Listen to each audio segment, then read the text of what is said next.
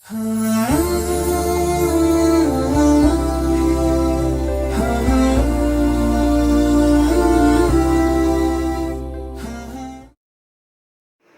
علیکم ورحمۃ اللہ وبرکاتہ۔ الحمدللہ رب العالمین والصلاة والسلام علی رسولہ الکریم، اما بعد، اعوذ باللہ من الشیطان الرجیم، بسم اللہ الرحمن الرحیم، رب اشرح لی صدری ویسر لی امری واحلل عقدۃ من لسانی یفقہوا قولی۔ آج کا موضوع ہے لیلۃ القدر کی اہمیت اور فضیلت انشاءاللہ۔ پچھلی بار آخری عاشرے پر بات ہوئی تھی اور اس میں ایک جھلک پیش کی گئی کہ رمضان کے آخری 10 دنوں میں کرنے کے کام کیا ہیں، اس کی فضیلت اور قیام اللیل کی وضاحت کی گئی۔ آج انشاءاللہ مزید اس پر معلومات حاصل کرتے ہیں، اور جو لوگ پہلے سے ہی ان سب سے واقف ہیں تو ان کے لیے ریمائنڈر ہے، کیونکہ ایمان والوں کو نصیحت اور یاد دہانی فائدہ دیتی ہے۔ رمضان کا پورا مہینہ ہی بابرکت والا ہے، اور اس کے آخری 10 دن زیادہ افضل اور بہتر ہیں پہلے 20 دنوں سے، اور پھر آخری عاشرے میں سے ایک رات بڑی اہم اور بڑی فضیلت والی ہے، اور وہ رات لیلۃ القدر یا شب قدر کے نام سے جانی جاتی ہے۔ اس رات کا ایک اور نام لیلۃ المبارکہ ہے، جس کا ذکر سورہ دخان میں کیا گیا۔ حضرت انس بن مالک رضی اللہ عنہ سے روایت ہے کہ جب رمضان آیا تو رسول اللہ صلی اللہ علیہ وسلم نے فرمایا، یہ مہینہ جو تم پر آیا ہے، اس میں ایک رات ایسی ہے جو قدر و منزلت کے اعتبار سے 1000 مہینوں سے بہتر ہے۔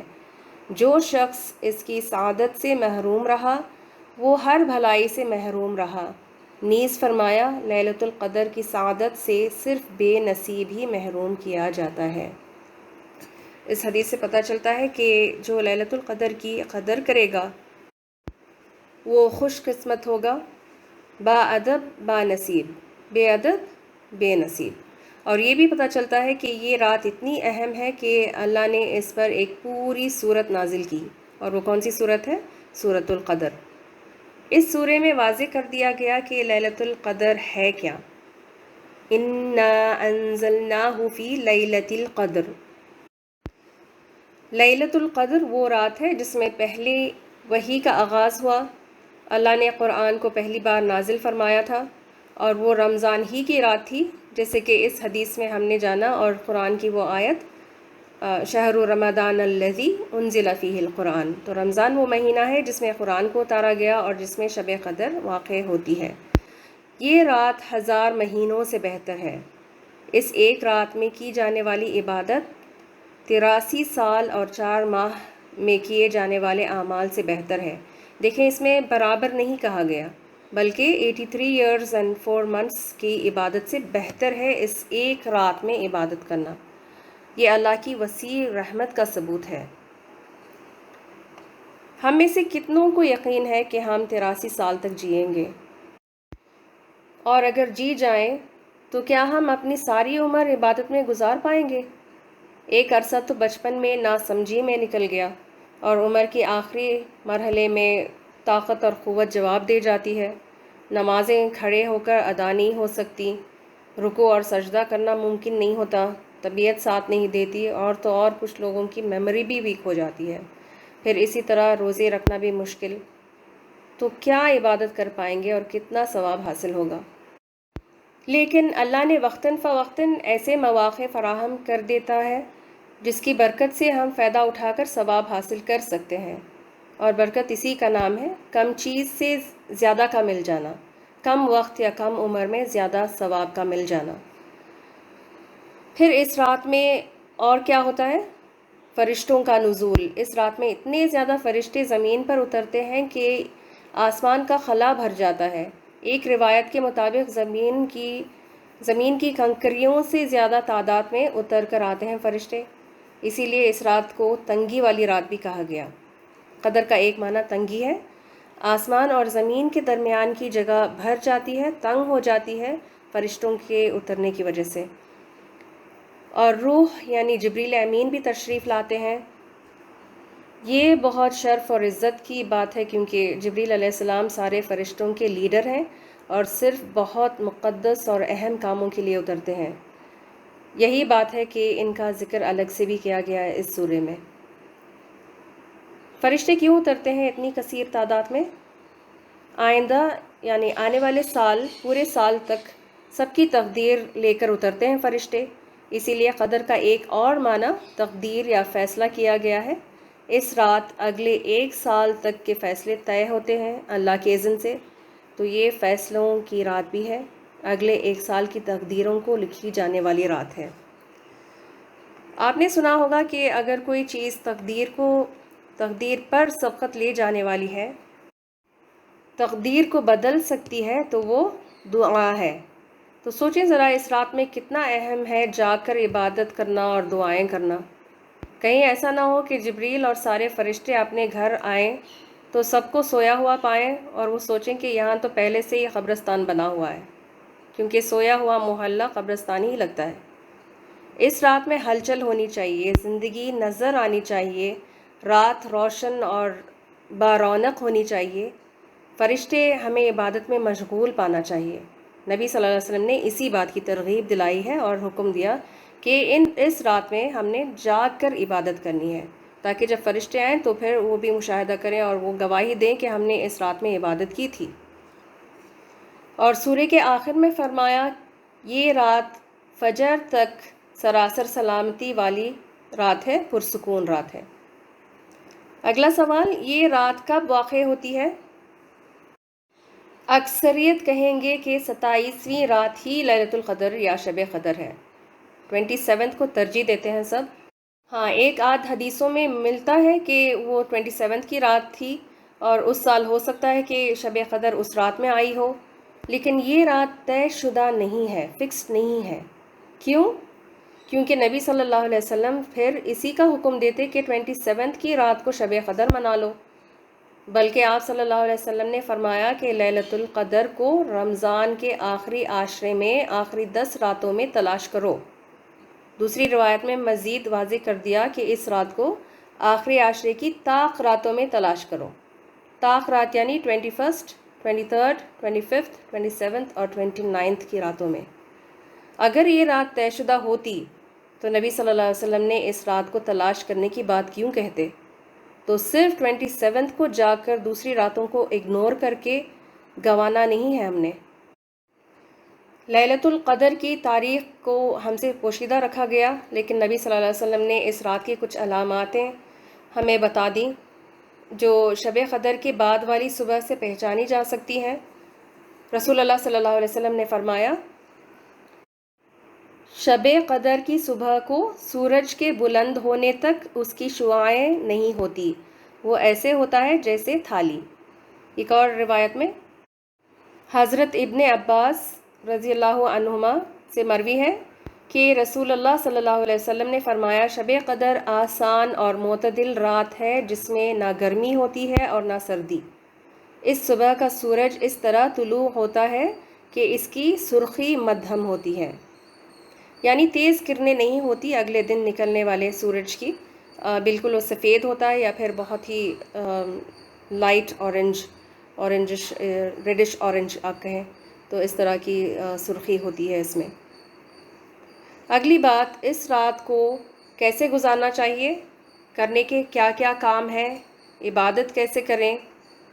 سب سے پہلے قیام اللیل کا اہتمام کرنا ہے، جس کا بیان پہلے ہو چکا ہے. اس سے متعلق ایک حدیث ہے من قام لیلۃ القدر ایمانا واحتسابا غفر له ما تقدم من ذنبہ. جس نے لیلۃ القدر میں ایمان اور ثواب کی نیت کے ساتھ قیام کیا اس کے گزشتہ گناہ معاف کر دیے جاتے ہیں. ایک جیسی حدیثوں میں یہ تیسری حدیث ہے. پہلی من صام رمضان تھا، جس نے رمضان کے روزے رکھے.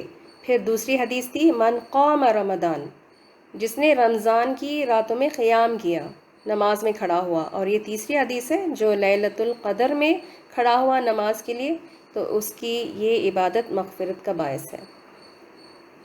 دوسرا عمل کیا ہے؟ قرآن کی زیادہ سے زیادہ تلاوت کرنا، اس کے ترجمے پر غور کرنا. قرآن کی تلاوت کو سننا یا اس کی تفسیر کا بیان سننا یہ بھی ہو سکتا ہے. پھر تیسرا عمل ذکر اذکار کرنا، اللہ کی حمد و ثنا اور تسبیحات کا ورد کرتے رہیں. اس کے لیے تو وضو کی حالت میں ہونا بھی شرط نہیں ہے. چوتھا عمل ہے صدقہ خیرات کرنا. نبی صلی اللہ علیہ وسلم رمضان کے آخری عاشرے میں دوسرے دنوں کی نسبت بہت زیادہ سخاوت کرتے تھے، اور ابھی میں نے بتایا تھا کہ دعا جو ہے تقدیر کو بدل سکتی ہے۔ تو ایک اور نقطہ یہ ہے کہ صدقہ کرنے سے بلائیں ٹل جاتی ہیں اور اللہ مصیبتوں کو ہم سے پھیر دیتا ہے۔ صدقے کے ذریعے اپنے بیماروں کو بھی شفا مل جاتی ہے، اور یہ رزق کی فراخی اور عمر درازی کا بھی راز ہے۔ تو اس عمل کو چھوٹا نہ جانے۔ صحابہ میں سے ہر کوئی مالدار نہیں تھا، ان میں سے کچھ ایسے بھی تھے جن کے گھر میں دنوں تک چولہا نہیں جلتا تھا، پھر بھی وہ صدقہ کرتے تھے، چاہے بہت تھوڑا ہی صحیح، ایک کھجور دے کر بھی صدقہ کرتے تھے۔ اور ہاں، ساتھ یہ بھی بتاتی چلوں کہ صدقہ صرف مال خرچ کرنے کا نام نہیں، کسی کے کام میں اس کا ساتھ دینا، مدد کر دینا، کسی کو اچھی بات کہنا، اچھی نصیحت کرنا، یہ سب صدقہ شمار ہوتا ہے، بلکہ ہر نیکی کا کام صدقہ ہے۔ یہاں تک کہ کسی کو دیکھ کر مسکرا دینا، دعا دینا بھی صدقہ ہے، اور لا الہ الا اللہ کا کہنا بھی صدقہ ہے۔ سب سے بہترین صدقہ پانی پلانا ہے۔ تو کوئی بھی نیک کام کریں، سارا کا سارا صدقہ ہی شمار ہوگا۔ یہ تقدیر کی رات ہے، فیصلوں کی رات ہے، یہ وہ رات ہے جس میں اللہ نے اپنا کلام اتارا تھا۔ اللہ کے ہاں اس رات کی بڑی قدر و قیمت ہے، تو اپنا قدم بڑھا کر اللہ کو راضی کر لیجئے۔ 5واں عمل دعائیں کرنا، بخشش کی، استغفار کی، اور جو دعا سب سے معروف ہے وہ کیا ہے؟ مجھے پتا ہے آپ سب کو یہ دعا آتی ہے۔ حال یہ ہے کہ اگر میں گروپ سے only admins can send messages والا ریسٹرکشن ہٹا دوں اس وقت، تو آپ سب ٹوٹ پڑیں گے اس دعا کو شیئر کرنے کے لیے۔ بہرحال حدیث کے حوالے سے ام المؤمنین عائشہ رضی اللہ عنہا سے مروی ہے، میں نے پوچھا یا رسول اللہ صلی اللہ علیہ وسلم، اگر میں شب قدر پالوں تو کون سی دعا کروں؟ آپ صلی اللہ علیہ وسلم نے فرمایا، کہو یا اللہ تو معاف کرنے والا ہے، معاف کرنے کو پسند کرتا ہے، لہٰذا مجھے معاف فرما۔ اللہم انک عفو تحب العفو فاعف عنی، یہ اپنے لیے کہیں، انی جو ہے وہ میرے لیے، مجھے معاف فرما۔ اور اگر آپ سب کی جانب سے مانگیں تو فاعف عنا کہیں، ہم سب کو معاف کر دے، لہٰذا ہم سب کو معاف فرما۔ دیکھیں ہمارا دین کتنا آسان ہے، اس دعا کو کون نہیں سیکھ سکتا؟ اگر کوئی لمبی چوڑی دعا ہوتی تو کتنی دشواری ہوتی سیکھنے کے لیے۔ نبی صلی اللہ علیہ وسلم نے فرمایا، اس آدمی کے لیے ہلاکت ہے جس نے رمضان کا مہینہ پایا اور اپنے گناہوں کی بخشش اور معافی حاصل نہ کر سکا۔ یہ سارے کے سارے اعمال گناہوں کو معاف کروانے کا ذریعہ ہے، چاہے وہ قیام ہو، نماز سے غفر لہ ما تقدم من ذنبی، گزشتہ سارے گناہوں کی مغفرت۔ پھر اس رات کی دعا کے الفاظ فاعف عنا بخشش کی دعا ہے، اور اسی طرح دیگر اعمال بھی ہیں، تو یہ رات بخشش حاصل کرنے کا ذریعہ ہے۔ ایک حدیث کے حوالے سے جو پوری رات قیام نہ کر سکیں ان کے لیے ہے کہ یہ رخصت ہے ان کو۔ حضرت عثمان بن عفان رضی اللہ عنہ کہتے ہیں، میں نے رسول اللہ صلی اللہ علیہ وسلم کو فرماتے ہوئے سنا، جس نے عشاء کی نماز با جماعت ادا کی اس نے نصف یعنی آدھی رات قیام کیا، اور جس نے صبح کی نماز بھی با جماعت ادا کی اس نے باقی رات قیام کیا، لہٰذا اس نے ساری رات قیام کیا۔ ان کے لیے ساری رات کا اجر لکھا جاتا ہے، کن کو؟ جو عشاء کی نماز اور فجر دونوں اسی رات میں با جماعت ادا کرتے ہیں۔ ہے تو نفلی عبادت لیکن اجر بے حساب ہے، بے پناہ بے شمار رکھا گیا تاکہ لوگ اس سے فائدہ اٹھائیں۔ چلیں وائنڈ اپ کرتے ہیں، آج میں نے آپ کا کافی ٹائم لے لیا ہے، کوشش کرتی ہوں کہ مختصر سا ہو تاکہ آپ بیزار نہ ہو بہت لمبے بیان سے، لیکن آج ٹاپک ہی اتنا اہم تھا کہ کوئی چارہ نہ رہا۔ اللہ ہمارے لیے ڈھیروں آسانیاں فراہم کرے، ہمیں لیلۃ القدر کو پہنچا دیں، اس سے بھرپور فائدہ اٹھانے کی توفیق عطا کرے، اس رات کے نور سے اور برکت سے اور اجر سے ہمیں محروم نہ رکھے۔ اللہم بلغنا لیلۃ القدر ولا تحرمنا نورہا وبرکتہا واجرہا، اللہم انک عفو تحب العفو فاعف عنا، اللہم آمین۔ ربنا تقبل منا انک انت السمیع العلیم وتب علینا انک انت التواب الرحیم، سبحانک اللہم وبحمدک، نشہد ان لا الہ الا انت، نستغفرک ونتوب الیک۔ السلام علیکم ورحمۃ اللہ وبرکاتہ۔